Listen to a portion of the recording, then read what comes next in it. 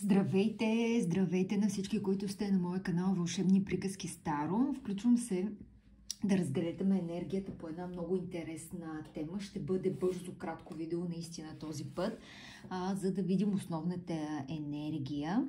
Преди това да ви кажа, че днес е 28-ми лунен ден, ден на кармата и е благоприятен и един от най-прекрасните, спокойни и светли дни на лунния месец. Четвърта фаза. Луната е в Козирог. Между другото, много хубав ден за енергетическо прераждане и прочистване на организма. И ако нещо ви се случва днес, не си мислете, че то е случайно. Така, ако кратичко. Темата, която ще разгледаме днес е какъв човек идва към тебе. Така че да видим Вселената с какъв човек ще те срещне. Темата е подходяща за всички хора, които желаят да срещнат нов човек в живота си или да си имат половинка. Така, проверяваме. За всички, които са до края, ще ви изтегля и един бонус оракул. Така, а също така и карта на времето. Тоест, как я вижда Вселената тази среща или поява. Да видим първо дали ще си появи. Какъв човек идва към теб? Какъв човек идва към теб? В период определен от Вселената. Какъв човек идва към теб? Добре. Първо беше тази. Тук падна още една. Мисля да изтегля още една-две карти. Какъв човек идва към теб? Добре. Така, тук половината теста се обърна.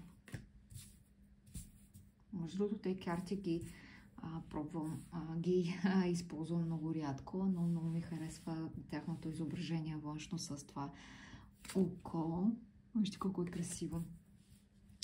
Така, тегля и едно послание от романтичните ангели, да видим какво те ще кажат за този човек, какво ще ти донесе, какъв човек идва към теб и какво ще ти донесе. Оле! Вие го видяхте, но аз ще го обърна. Две карти паднаха, няма нищо случайно с този енергичен ден, силно зареден.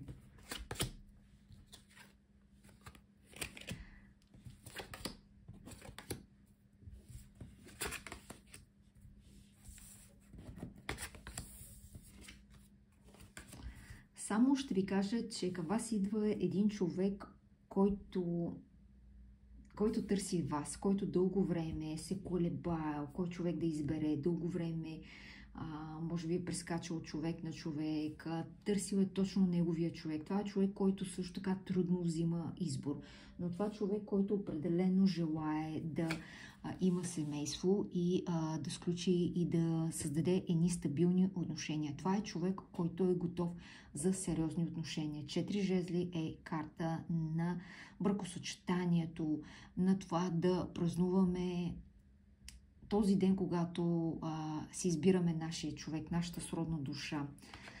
Много е възможно този човек така да живее на някакво високо, по-отдалечено място, така по-самотено. Например, дори да е в някакъв голям град, то да е в покрайнините на града или в някакъв квартал, където има предимно къщички, или пък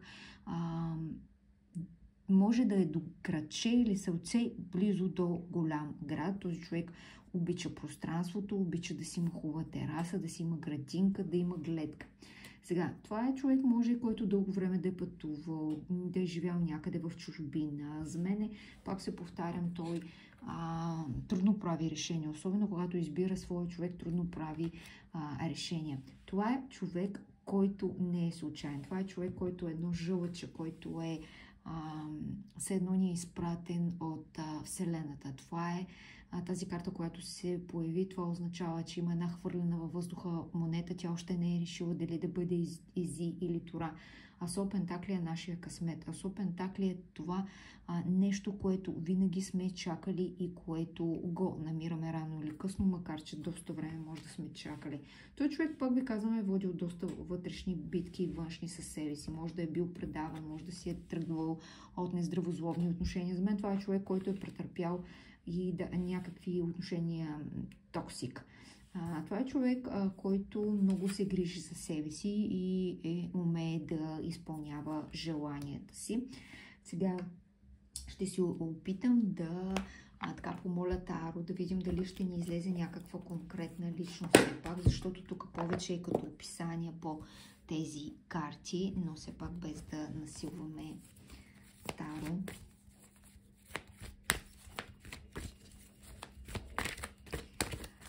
Сега, какъв човек идва към мен? Какъв човек идва към мен? Какъв човек идва към мен? Какъв човек идва към мен? Добре, вземам ги и двете. Тук по-скоро излезнаха дамите, които ме гледат точно в този момент. О, празната карта махаме. Може би наистина времето за отговор още една. Не съм ги извадила ли? Какво се случва? Добре. И виждате ли две карти, две празни карти? Значи има някакъв празен отговор все още. Нещо, което елементчета на пъзела не са се наредили. Това също не е случайно, между другото. Какъв човек идва към мен? Моля за малко повече информация. Моля за моите зрители. Пак излезнаха две карти и се стрелнах.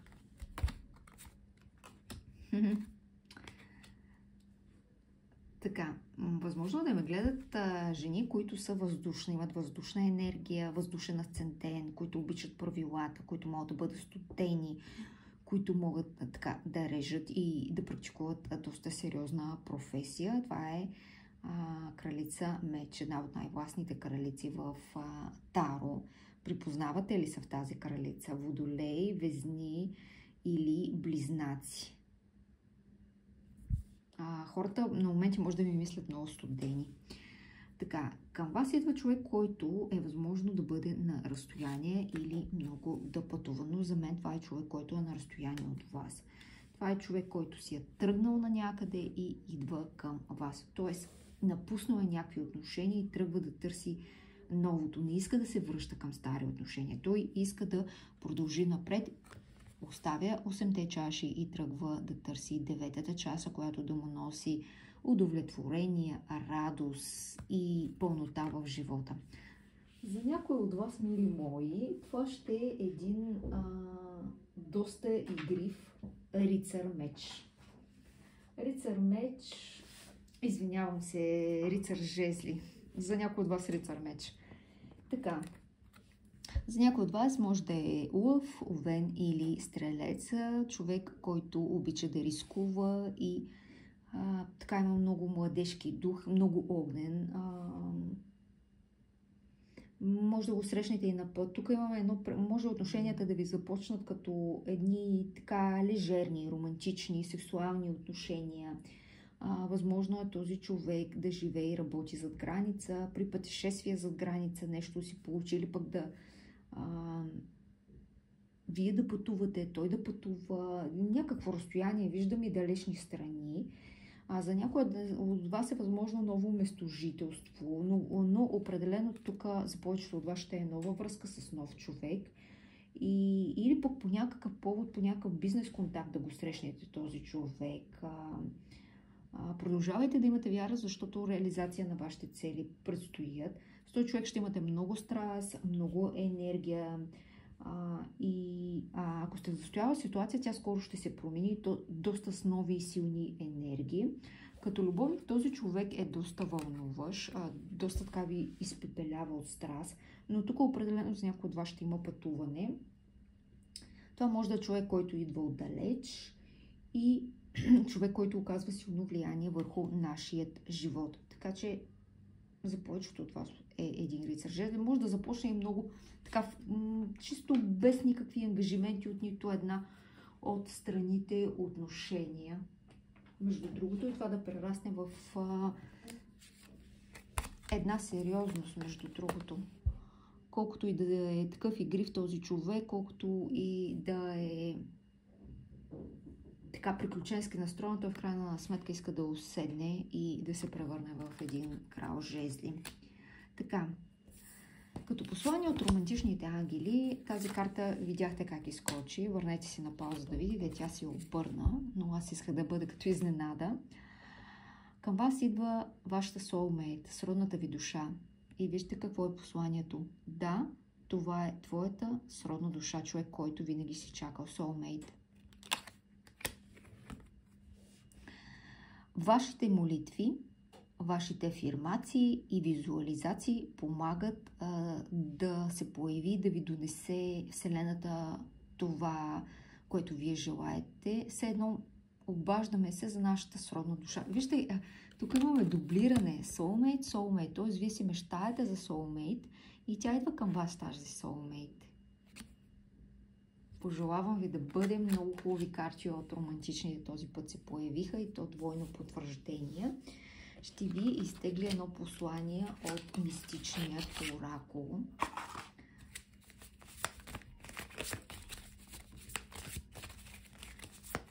Лично за вас.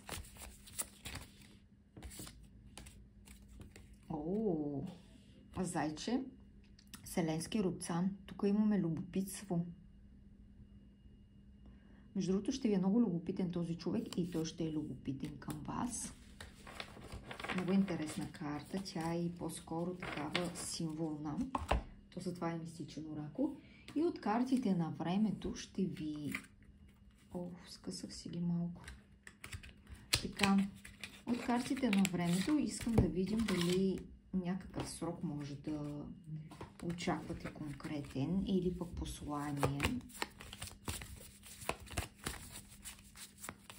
Кога идва този човек към вас, мили мои? Кога идва този човек към вас? За някой от вас, възможно този човек да го срещнете. Четворка имаме, четвърти ден,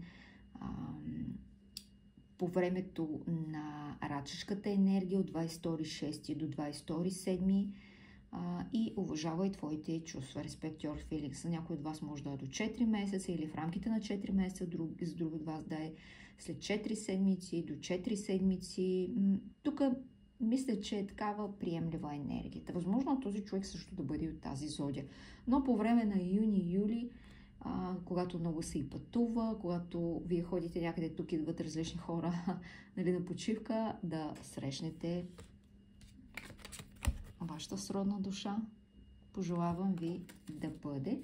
Сега ще ви изтегля и едно послание от моето вълшебно дървено съндъче. Те са две. Добре, явно трябва и двете да ги взема. Някой, който има буквата Е или вашата буквичка е такава, много те мисля. Пишете ми дали си познавате този човек, може и фамилията да му е това, но тук имаме Е, много те мисли, да не би да е жена. О, тук има още едно послание. Тук имаме буквата И, любовта е жива. Това са някакви хора, дето ги познавате, според мен, И Е. Така че тук са послания от даден човек. Благодаря ви много, надявам се четенето да ви хареса и за всички нови зрители абонирайте се за моя канал. В случай, че ви хареса енергията, дайте ми пръстче за късмет, т.е. да лайкнете видеото или subscribe, абонирайте се. Може да станете и членове на моя канал, в случай, че желаете. Членството е 4 лева на месец, става от десктоп версия, натискате бутона членство. Надявам се всеки от вас да намери нещо полезно в това видео и знаете, че все пак ние сами решаваме как да действаме, но няма нищо случайно и благодаря ви за положителните отзиви. Чао, чао и до нови срещи!